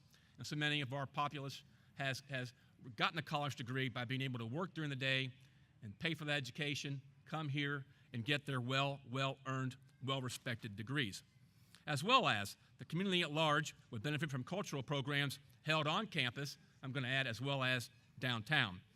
And as well as the construction and operation benefits the local economy through construction jobs and other types of working relationships they have with our city and county employers. Whereas Miami Hamilton's mission has been appropriately upgraded to offer more career-focused bachelor degrees that will further benefit local businesses, government, education, and non-for-profit organization in the years to come. Therefore, I, Pat Muller, Mayor of the City of Hamilton, Ohio, and members of Hamilton City Council, to hereby recognize Miami University Hamilton, providing a Miami University education in the city of Hamilton for the last 50 years and counting. Dean and Chris, thank you very much for the great relationship, the great education you're giving all of our citizens. It's an honor to be a small part of this great, great celebration. So, thank you.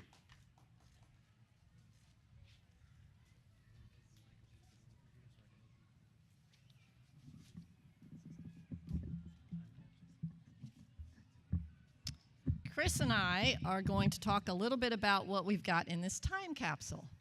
So originally I was thinking this time capsule was going to be opened 50 years later, and I thought, geez, I'm not going to be here 50 years later. All right, but it's going to be open 25 years later. So I hope many of us that are sitting out here today are going to be here 25 years to open things back up. We've got lots of different things. One is a letter from me. Letter from me. I'm going to highlight just a few things about that letter. I've mentioned that I hope we're all here I'm going to read one paragraph of that letter. It goes on several paragraphs, but I'll just read one of them. Since 1989, which is when I started, much has changed about Miami Regionals. The technology has changed. There were no cell phones when I started, and announcements were largely on paper bulletin boards. In fact, as a computer science professor, I taught my first computer class in a room with no computers. Now students can do their homework on cell phones and Skype with their professors after class. But while much has changed, much has remained the same. The story of Miami Regionals is not about computer equipment or teaching methods or online learning. The story is in its students, its faculty, and its staff.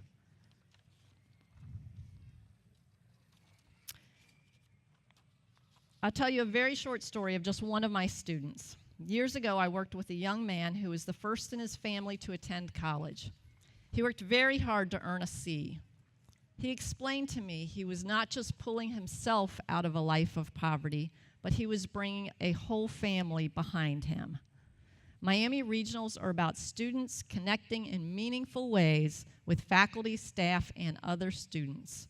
Just as Miami Hamilton did 50 years ago today and will well into the future, it provides a Miami education to people in our community who never dreamed they would be able to go to college.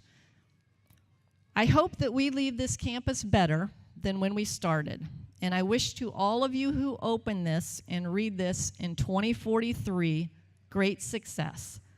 Take care of our campuses, take care of one another, and leave your part of Miami Regionals better than the way we found it. So we have a couple.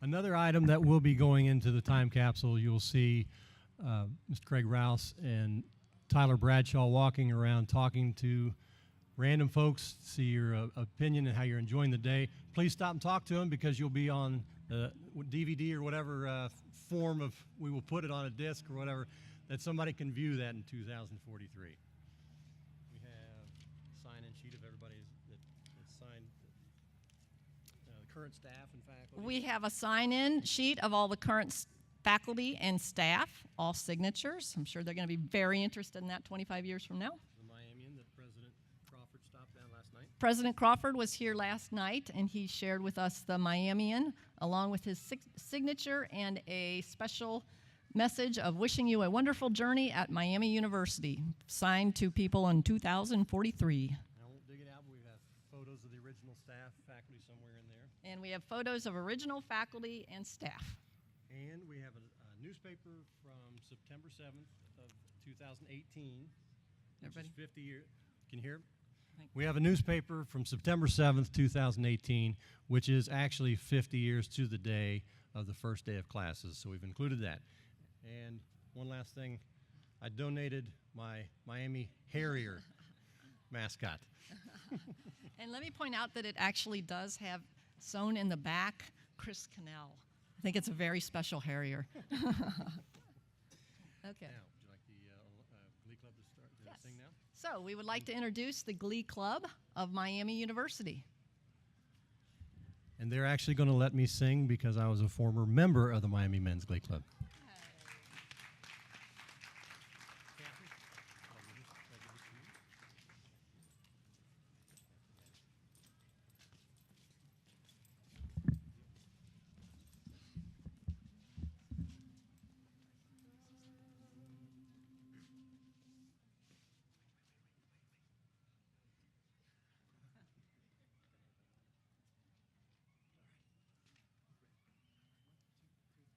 Love and honor to Miami, our college old and grand. Proudly we shall ever hail thee over all the land. Alma mater, now we praise thee, sing joyfully this day. Love and honor to Miami, forever and a day. Love and honor to Miami, our college old and grand. Proudly we shall ever hail thee over all the land. Fight, fight, fight! Alma mater, now we praise thee. Sing joyfully this lay. Love and honor to Miami, forever and a day.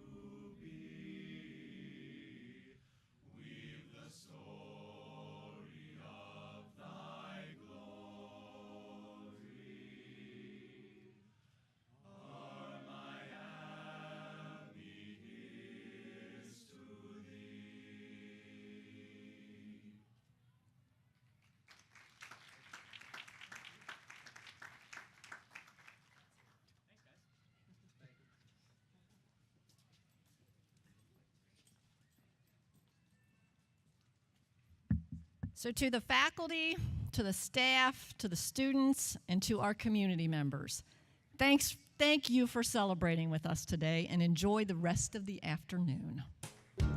Phelps Hall is home to Miami University's Engineering Technology Department, and here today Frank Toner, one of our faculty members, is actually showing off some great technology, 3D printers, making beveled M's for all of our guests in attendance. Let's go inside and check out what he's got to offer. We have 4 of the 7 processes of additive manufacturing. We have a lamination system, that's the paper one right there. There's machines out there that will use plastic, copper, anything that you can put layers, you can layer together. With this particular one we use, it's like it's Elmer's glue, the same glue you used in elementary schools. So, and also the paper is very, and we'll use any good quality paper and any good quality recycled paper. We're here at the 50th anniversary celebration out on the quad, and we've got 2 very important members of the Miami Hamilton family here with us today. That's John and Susan Vaughn. John, Susan, would you be able to talk about your role and your relationship to the Hamilton campus? Sure. This is my home. I started school here back, 70s, early, and ended up doing almost 4 years here before I transferred to Oxford. So Miami has been my home. I recently retired from Miami after 30 plus years. This is amazing. I can't say enough about our regional campuses, but Hamilton in particular is my home, and thanks to Miami Hamilton. And Susan, you've done a ton to support the Hamilton campus. John, how about you? What's your relationship been to the Hamilton campus? Well, it goes way back because I worked at Oxford as a director of a department that also provides services to the regional campuses, including Hamilton, of course. I worked there for 22 years in that department, and then after retirement I run our downtown outreach center here for Miami University, and I'm still doing that in retirement. I've been an adjunct here for 38 years too, and finally just gave up on that one. So I've got a big connection to this place, and it feels like home, and always has.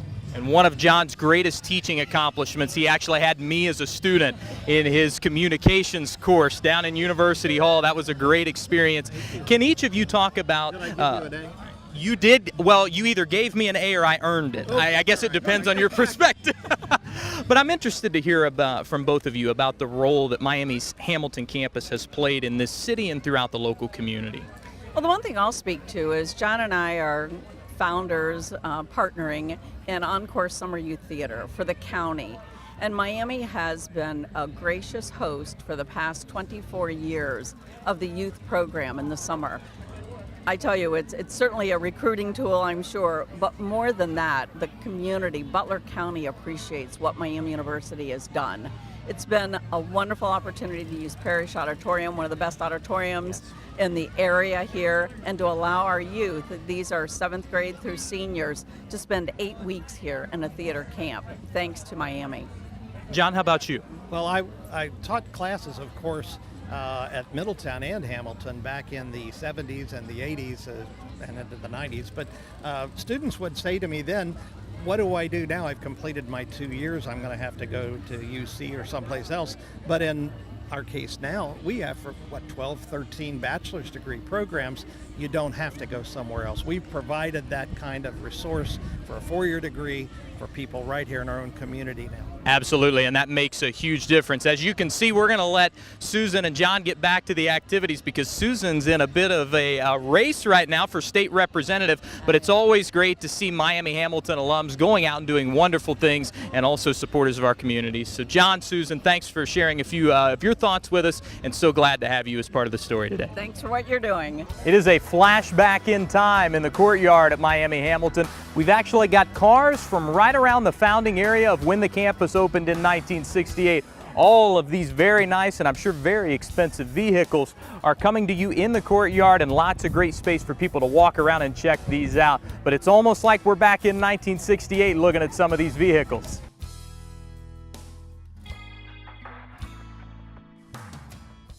There are a ton of people who made this campus go during its founding in 1968. We have 3 of those ladies here with us today, some of the founding secretaries for Dr. Bernie Phelps. I'm going to let them introduce themselves and tell you a little bit about their role on the campus. Oh, Rita Burwinkle Bill, and I worked in records. Wonderful. Rita McLaughlin, and I worked in records also, and worked at the Anthony Wayne Hotel when we first opened the campus with Dr. Phelps and Mike Smithson and Rita. Yes. Wonderful. Good. Exactly. And then I came about a year later and worked in records with Rita and for Mike Smithson, who also was here. So, and we knew Jim Adams, Al McCullough. We're trying to think of the other, a lot of people we worked for at the time. So Wonderful. So we are now 50 years, it's hard to believe, removed from that initial founding. What does the campus still mean to the three of you now 50 years later? oh my goodness, it's changed and it's a wonderful campus. So it's wonderful to see the growth. Great. Mm-hmm. Yeah, I was going to say the same thing because it started as one building out here, stuck out here by itself, and now it's a whole campus. Yes. I really appreciate this, and now that it's its own campus. I retired from Miami and Oxford, and I was so glad to hear that it was actually going to be its own school and totally, connected to the university. So I think it's great. That's great. Well, it's a special place because of the special people who made it happen at the start. And thanks for joining us, ladies. Enjoy the rest of the celebration.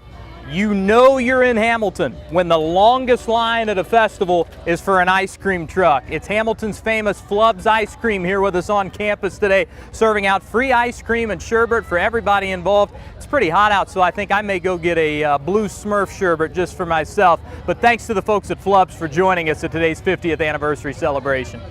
An event of this magnitude takes a lot of time, a lot of effort, and a lot of energy to put together. This event has been a year in the planning, and the man behind all the planning, Senior Director of Administration here at Miami's regional campuses, Chris Cannell. Chris, thanks for all the work you've put in to make this such a huge success. Well, I'll have to give a shout back to you since you were on the committee as well, and thank you. The committee, as you well know, worked on this for a little over a year. And it was Ruth Orth is one of them I have to give a shout out to. There's 20 people to name, but the community came together. We had the CEO of the Fit and Art Center, as you know, Ian McKenzie Thurley. We had Councilwoman Carla Fear. So we had the schools, we had the city. Everybody came together. When we started planning this, I was hoping for 200 people, and we had over 1,000 people RSVP. So this today is fantastic, perfect weather. And it's amazing to see everybody coming out. We are in Rentschler Library here at Miami University Hamilton. This is the main library on campus that's located on the second floor of the Schwarm Commons. And this library has seen a ton of changes since the campus opened in 1968. A brand new circulation desk, all new volumes, some beautiful seating areas, and also brand new computers for Miami Hamilton students and faculty members to use for their studies and for their research. Members of the community who are here for our celebration today are getting tours of the Rentschler Library to see all these new spaces. When the 50th Anniversary Committee came together to put together this entire celebration, one of the important themes was that this event would be much more than just honoring Miami. It would be a thank you to this entire city and to this entire community. One of the things you'll see on campus today, lots of free things for kids and families. You've got some inflatables with some very excited kids in the background. We've also got free food all throughout the quad area, and DJ Dex is alongside us today. And if you hear some of that music in the background, you'll notice it's not today's music, it's actually music from the era the campus was founded in the 1960s. Sights, sounds, and plenty to do here at Miami Hamilton.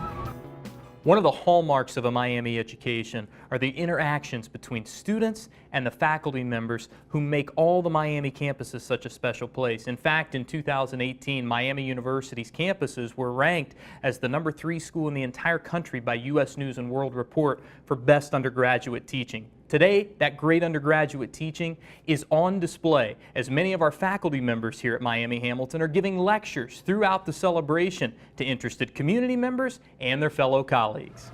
Welcome to the gymnasium at Miami University Hamilton, affectionately known as the Box That Rocks. As a student here at Miami Hamilton, I actually got my start at a scorer's table right over there on the other side of the gym as the announcer, and that's where my own career started off. Lots of student athletes have come through these halls here at the gymnasium. Lots of success with our men's and women's basketball programs. And today, to celebrate that success, members of our Miami Hamilton community are here in a free throw and three-point shooting contest, the winner taking home all the glory. Over the past few years, the city of Hamilton has become renowned for the beautiful murals that are making up all the sides of the buildings throughout downtown Hamilton. Those murals have now spread to Miami's Hamilton campus as part of a lasting gift of the 50th anniversary. This is Paint the Town Red, Hamilton's newest mural located on the side of Miami Hamilton's gymnasium. It's a wonderful addition to the campus that is entirely visible from River Road, and the most beautiful part of this gift is the fact that this mural was completed by a team of Miami University graduates. The Hamilton campus has always appreciated its relationship with the city of Hamilton, and this mural is one more way to celebrate that long-standing relationship. The campus is finally beginning to quiet down after a fun-filled day of family activities celebrating Miami Hamilton's 50th. Now that party transitions from the campus to River's Edge Amphitheater in downtown Hamilton for a special concert put on by the Miami Hamilton family. Tonight's show, Signs of Life, the American Pink Floyd, and this will be a flashback for everybody who was here when the campus opened, because it'll take us back in time to the time when the campus was founded.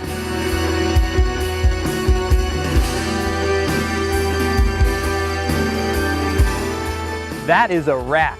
50 years of tremendous Miami University Hamilton history in the books, and now we look forward to those next great 50 years.